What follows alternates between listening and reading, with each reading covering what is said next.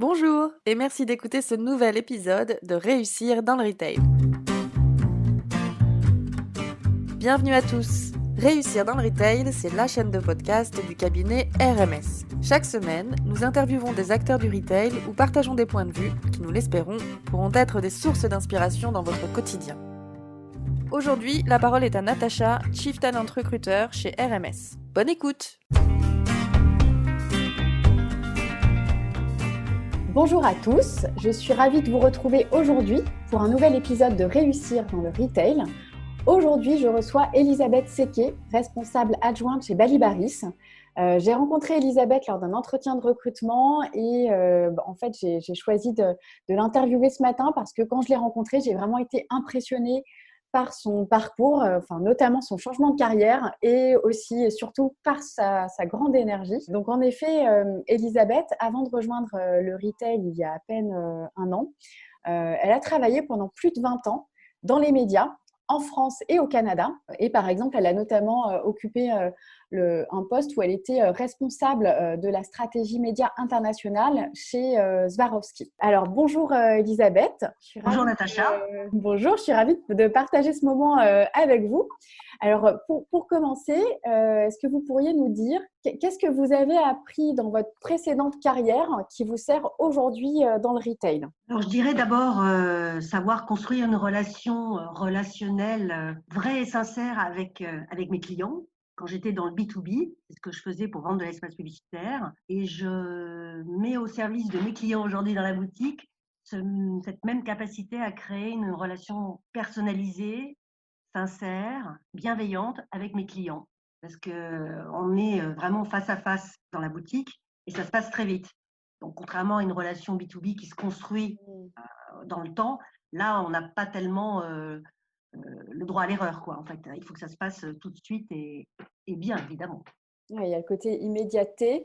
Oui, Et au niveau management, est-ce que vous pensez à quelque chose? tout à fait. Alors, il y a un principe auquel je suis très attachée et que j'ai développé dans mes expériences précédentes, c'est la réciprocité, je dirais, des attentions qu'un manager peut avoir avec ses collaborateurs en interne et qu'on peut, de la même façon, dupliquer avec ses clients. Dans mon management, quand on est un bon manager avec ses clients, eh bien, à ce moment-là, vos collaborateurs sont capables d'être de bons conseillers avec leurs clients. Donc, c'est vraiment vertueux en fait, hein, quand on a Complètement. une communication positive et bienveillante avec son équipe, avec ses collaborateurs au quotidien. On leur donne envie à eux aussi déjà de communiquer sainement entre eux et aussi d'être bienveillants avec leurs clients. Tout à fait. Ok, très bien. Et alors, racontez-nous, comment est-ce que vous êtes arrivé dans le retail? De façon assez rigolote, puisque en fait, j'étais dans mon quartier chez ma manucure, que je connais très bien, et à un moment donné, c'était au mois de décembre, il y a un monsieur qui rentre dans le salon et qui parle à la gérante. Bon, moi, j'entends pas parce que je suis au fond du magasin, et puis après, la gérante que je connais bien revient et me dit ah, c'est le directeur retail de la boutique en face, une marque de chaussures italienne. Il est super mal parce que cette directrice de boutique est encore prolongée dans son arrêt maladie et il cherche quelqu'un absolument très vite. Et il voulait savoir si j'avais pas des CV à lui donner. Alors malheureusement, j'en ai pas. Et pendant que Dominique me raconte ça, ça fait une ligne des deux dans ma tête et je me suis dit, mais je vais faire comme a dit le président de la République, Emmanuel Macron, traverser la rue et me présenter pour ce job. C'est ce que j'ai fait. Donc, c'était un mardi, je me rappelle très bien. Et j'ai commencé, en fait, le jeudi. Ah ouais, donc En très, fait, très, j'ai très eu rapide. l'entretien le mardi tout de suite avec le directeur retail. Ça s'est super bien passé. Le temps d'envoyer le contrat, mon CV, etc. Le mercredi, le jeudi matin, j'étais en poste. Et donc, à votre avis, qu'est-ce qui a plu lors de cet entretien? Qu'est-ce qui fait que vous avez été recruté?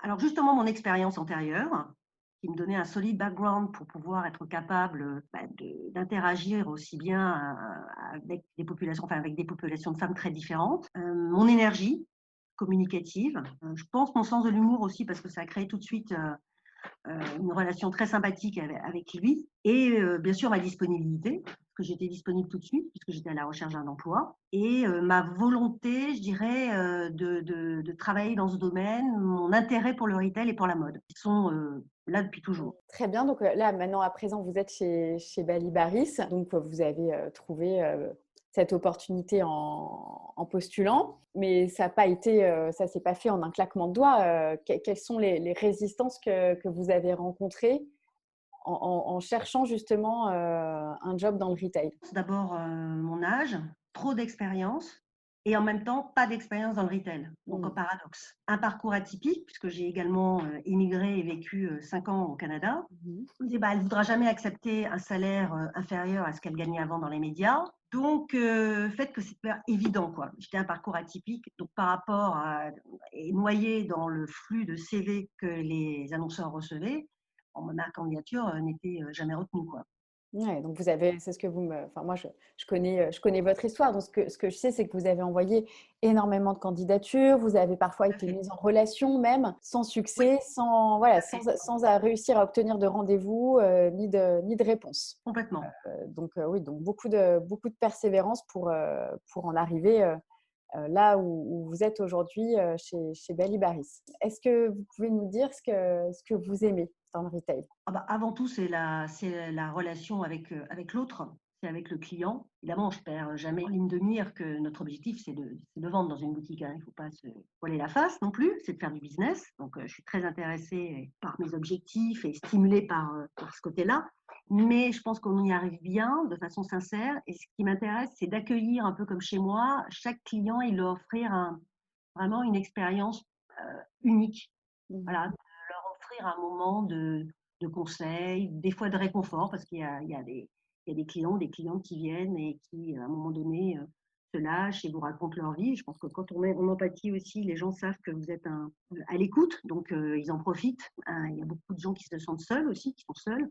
C'est ce rapport humain, en fait, que j'aime avant tout dans la relation client, et c'est d'arriver à les servir de façon efficace, dans la joie et la bonne humeur, en fait. Et je dirais qu'il y a une phrase qui m'a vraiment fait énormément plaisir et qui est assez représentative de ce que je pense du retail. C'est un client qui vient pour la première fois et après être resté 1 heure dans la boutique, me dit bah, non seulement c'est vrai, j'ai un super total look grâce à vous maintenant, mais en plus j'ai fait une belle rencontre. Voilà. Pour moi, c'est ça. Ouais, c'est beau. Et en changeant de métier, quelles sont les principales difficultés que vous avez rencontrées? Ah bah, c'est un nouvel apprentissage, en fait. Alors, le côté relationnel vente, ça, c'était beaucoup plus facile pour moi parce que je l'ai déjà en moi. Par contre, il fallait que j'apprenne, tous les différents vêtements, les noms, les prix, donc tout ça, c'était un travail à faire, alors, je suis assez scolaire dans ma façon de faire, toujours été comme ça, donc prendre beaucoup de notes, me documenter, lire des livres. Par exemple, le livre de Benoît Maher, Retail Coaching, m'a été très utile. D'autres livres également dont je m'inspire. Et après, tout le côté back office, parce qu'on n'en parle pas assez, mais le retail, c'est pas seulement la vente en clientèle, c'est aussi toute la partie manutention, la réserve, les stocks, etc. Le logiciel de caisse que je connaissais absolument pas parce qu'il était complètement différent de celui utilisé par l'ancienne boutique. Donc ça, c'est un gros travail de réapprentissage, d'apprendre des nouvelles notions. Donc beaucoup d'énergie et je révisais même mes fiches le soir, quoi. Voilà, parce que c'est vrai que c'est complètement nouveau pour moi. Donc, et en fait, dans le retail, il faut être opérationnel tout de suite. Vous êtes tout de suite face au client. Vous n'avez pas de. Exactement. Donc, apprendre très vite plein de nouvelles notions, certaines qui étaient déjà innées et d'autres que je devais acquérir. Et accepter aussi, j'imagine, de se tromper, accepter de faire des erreurs. Complètement. Mais pour moi, l'erreur, et ça, c'est que j'ai appris en tant que formatrice certifiée aussi, puisque j'ai cette formation-là, Ouais. c'est que l'erreur est un vecteur de progrès. Mmh. Donc, c'est important de se tromper. Bon, évidemment, il ne faut pas faire de trop grosses bourdes, hein, parce que sinon, c'est embêtant dans le retail. Mais en tout cas, c'est comme ça qu'on apprend, ne pas avoir peur à poser des questions, ne pas avoir peur à se remettre en question, ne pas se dire je ne serai pas capable de. Mmh.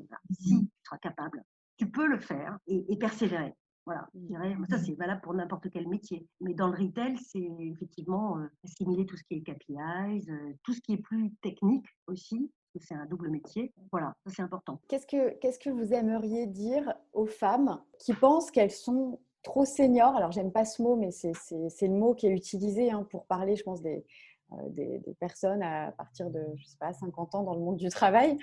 Donc, Ouais, ouais. qu'est-ce que vous auriez envie de dire aux femmes voilà, qui pensent qu'elles sont vraiment trop seniors pour travailler dans le retail? Je dirais qu'on n'est jamais trop senior, au contraire, pour travailler dans le retail, que cette maturité qu'on a et cette expérience, c'est hyper intéressant parce que je le constate tous les jours pour moi. Ça vous permet de vous adapter à beaucoup d'interlocuteurs différents, beaucoup de clients différents et à pouvoir parler leur langage parce que vous avez une telle richesse dans votre parcours qui a pu vous amener à travailler dans la finance ou dans la com ou dans la banque que du coup, bah, vous pouvez parler à un banquier dans son langage, à un avocat dans le sien. Donc, c'est cette capacité d'adaptation et cette culture générale que vous avez acquise tout le long de votre parcours, cette maturité aussi de vous, d'être vraiment dans votre axe, savoir ce que vous voulez aujourd'hui, parce qu'à 50 ans, on sait ce qu'on veut, on sait ce qu'on est et on sait ce qu'on n'est plus. Cette meilleure connaissance de soi-même permet qu'on soit bien avec soi-même et donc à ce moment-là, on est bien avec les autres aussi. Donc, cette maturité, elle est très positive. Et après, il faut garder toujours, se dire que c'est pas parce qu'on a 50 ans, on est à l'apogée et au plus bel âge pour une femme, que l'essentiel, c'est de garder la fraîcheur, un peu la fraîcheur d'un enfant. Moi, j'ai un petit garçon de 10 ans et c'est vrai que fraîcheur, il me la fait garder tous les jours en jouant au Lego avec lui, par exemple. C'est hyper important de garder cette fraîcheur, cette bonne humeur pour se dire, ben non, encore une fois, je peux le faire. Je pense qu'il est aussi très important, et c'est peut-être pas encore assez le cas en France, ni dans le retail, qu'il y ait une vraie mixité dans les équipes. Oui. Et que, bon, je disais qu'une femme de 50 ans, effectivement, a de la bouteille.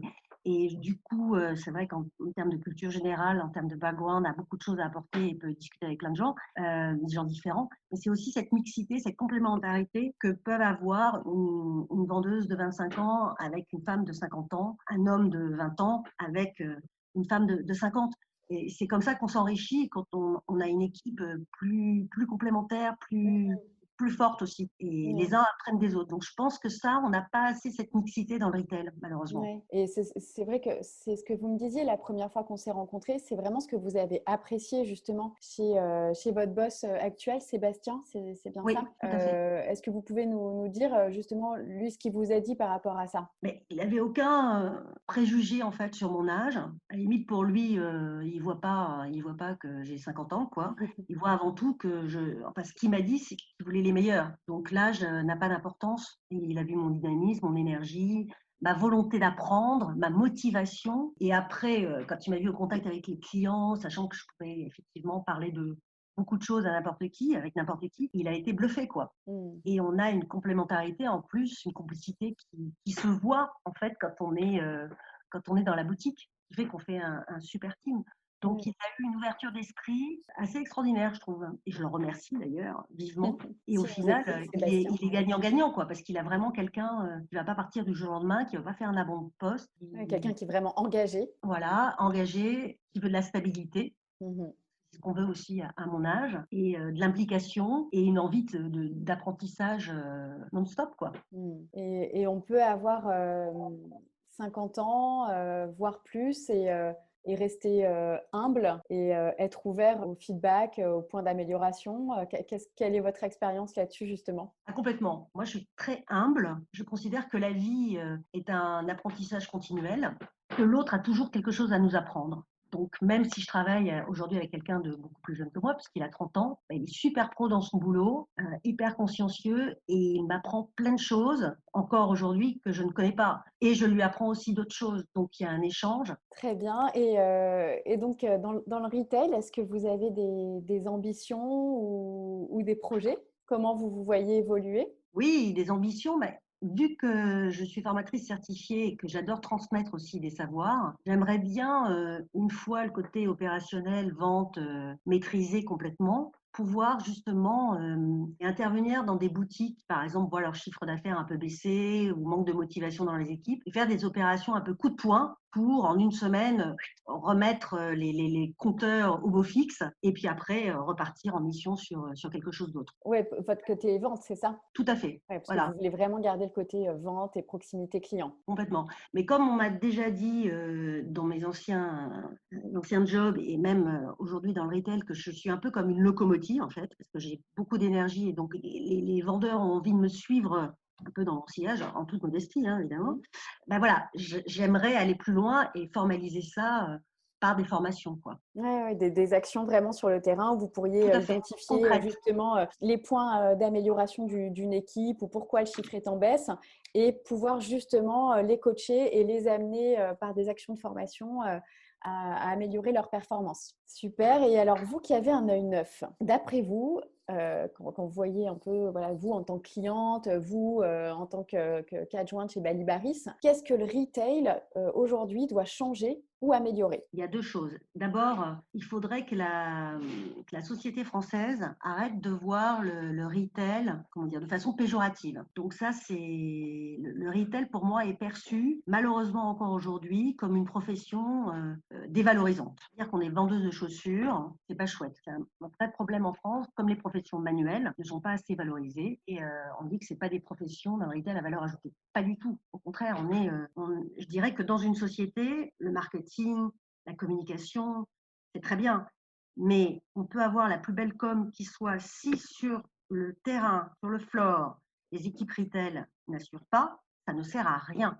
Donc vraiment, c'est un pilier fondamental. C'est essentiel de revaloriser cette profession. Donc ça, il y a un travail à faire, un travail des mentalités aussi, peut-être auprès des jeunes, dans les orientations scolaires, etc., en amont. Ouais. Contrairement aux États-Unis, où ça fait très très longtemps qu'ils l'ont intégré, c'est vraiment que tout se construit autour du client. J'ai lu un livre de 2 auteurs américains, dont Bill Price, qui s'appelle L'expérience objectif client, les 7 clés d'une expérience client réussie. Et c'est très intéressant parce qu'en fait, il dit qu'on est passé du B2C au Me2B. C'est-à-dire que vraiment, le client est au cœur de toutes nos actions retail et qu'il est hyper important de hiérarchiser les besoins. Mais le premier, ça, il faut vraiment l'améliorer, c'est de connaître son client et de se souvenir de lui et de le valoriser. C'est hyper important.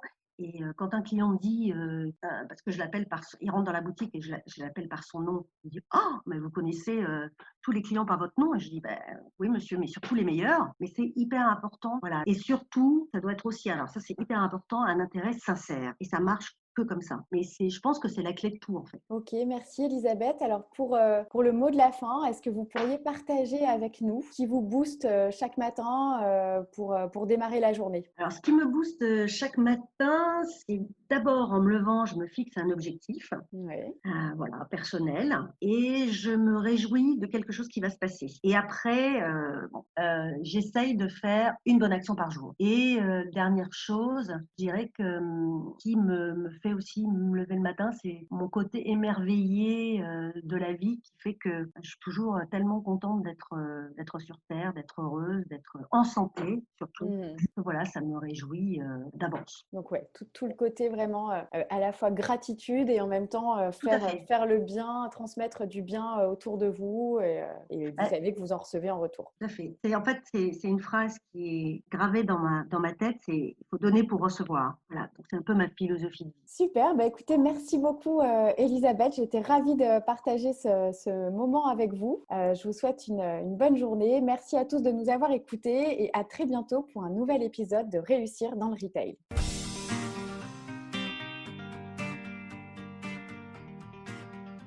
Merci d'avoir écouté cet épisode de Réussir dans le Retail. Nous espérons qu'il vous a plu et qu'il vous a donné des idées. Réussir dans le Retail est diffusé sur SoundCloud, Apple Podcasts, mais aussi sur le compte Instagram de RMS, Retail Management Service. N'hésitez pas à nous laisser un commentaire, vos impressions nous intéressent pour améliorer notre format. Vous pouvez aussi nous proposer des sujets à traiter ou des personnalités à interviewer. Si vous voulez soutenir notre chaîne Réussir dans le Retail, partagez ce podcast et parlez-en autour de vous. Un grand merci à Aurélia pour la musique. Vous pouvez écouter son album intitulé Blue Inside sur YouTube. Encore merci pour votre écoute et à la semaine prochaine.